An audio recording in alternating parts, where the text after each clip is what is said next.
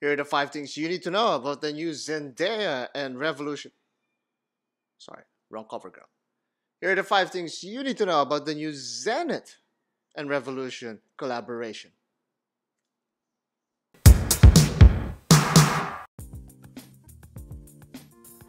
Number 5. Cover Girl. This Chronomaster was nicknamed the Cover Girl for its prominent use in the book by Manfred Rossler, a book about all things vintage Zenith. Since then, the original A3818 El Primero had become highly collectible with an estimated 1,000 pieces ever in production. This was a small run because of the abrupt halting of production in 1972. Number 4. The Rake. The initial revisit of the revival by Zenith and the Rake magazine by Revolution was limited to just 100 units. Zenith CEO wanted to keep this a small run and distinct from the original in favor of serious collectors out there. This new cover girl retails at $10,400, which is a bit more than the original revisit, which is about $8,000. This has a different nickname, the Airweight cover girl A3818, and also comes with a Cordura strap. Number 3. The Dial. The signature of these CoverGirl releases is that they have fully loomed prints all over. It's impressive how they applied loomed ink on the shark teeth 1/5 of a second scale and the text at the 12 o'clock position. Design-wise, it's a good way of homaging the vintage original but also make it refreshingly modern for casual admirers. The date disc remains unloomed. Number 2. Revival Design.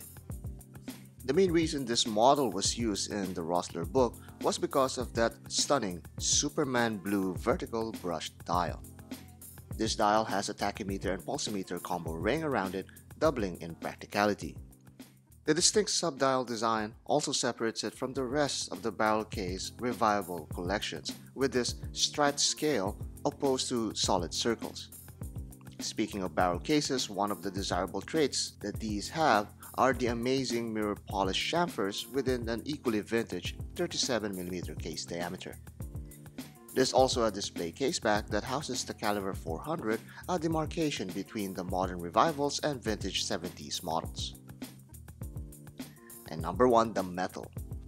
This is the biggest change for this model that is not easily noticeable. The whole case and bracelet is made of grade 5 titanium.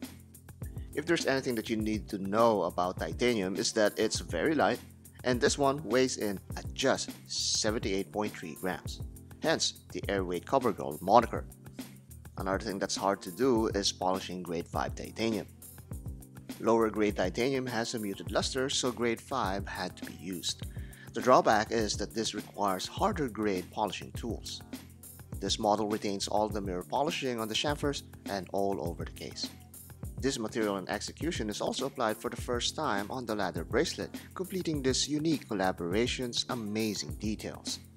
With this much effort and production cost over the execution, it now makes sense to have 250 units, which are now sold out by the way, to cover the expenses and margin. Fine praise for Zenith in going the extra mile for this release. So far, Zenith's new collection, specifically the Defy, has been a little bit divisive when it comes to watch fans and their reactions, but Zenith's heritage line and their reissues seems to be their strongest point in 2022. What do you think? Comment down below and let's discuss. Becoming a strong point, a strong suit for Zenith. So far, Zenith's new collection, specifically the Defy.